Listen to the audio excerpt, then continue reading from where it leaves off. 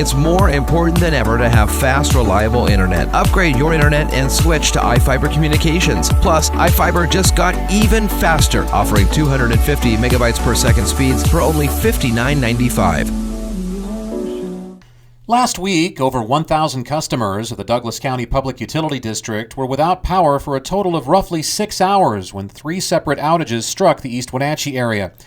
The interruption in service was not the result of a 10 billion watt lightning strike, a pole or line that was downed in heavy winds, or an equipment malfunction, but rather was caused by a small mammal whose average weight is only about the same as a block of butter. So on Wednesday, we had a rather large, about 1,000 customer outage here in East Wenatchee. That outage was deemed that it was a squirrel-caused outage. Then the next day, a smaller pocket of that same outage area, about 30 customers I think it was.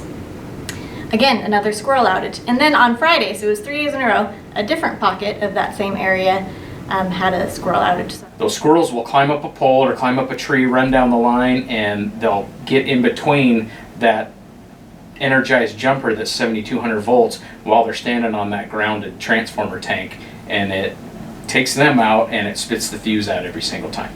Squirrels are not only the leading cause of power disruptions annually for both the Douglas and Chelan County Public Utility Districts, but are also the #1 contributor to sustained outages of 5 minutes or more nationwide, accounting for nearly 3,500 individual incidents, which left almost 200,000 people in the dark as recently as 2016, according to a study at publicpower.org.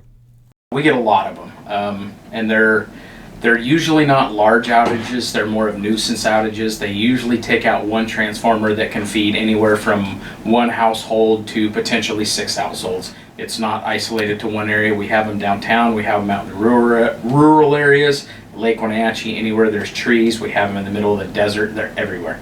In an effort to mitigate the incidence of interruptions and damage caused by the rodents, many PUDs have started implementing a variety of deterrents and safeguards within their line structuring. This is a bushing guard which goes on top of the transformer bushing to try to keep the squirrel away from the live voltage. This typically, in most situations, is just bare metal, but because of the squirrel issue, we've started buying this jacketed jumper, which has that insulation on it to keep them away from it. Yeah, we also use now, we've gone to, in the last probably 3 years, we use an insulated jumper itself to help protect that. And along with all of our old transformers that we have out there now, we use that funnel, that upside down. It's called a squirrel guard, but we use those. And we changed our spec about a year ago, and now all of our new overhead transformers come with that built into it. The ever-improving measures are having a positive impact on curtailing the frequency of squirrel-caused power outages, with Douglas County now reporting about half the near 100 per year they were experiencing just 4 years ago, and Chelan County reducing its number to only 25 in 2018. Nevertheless, both utilities are still locked in an ongoing battle with the furry critters to try and keep the lights on, along with other animals which can also cause disruptions like birds, raccoons, and vermin such as mice and rats.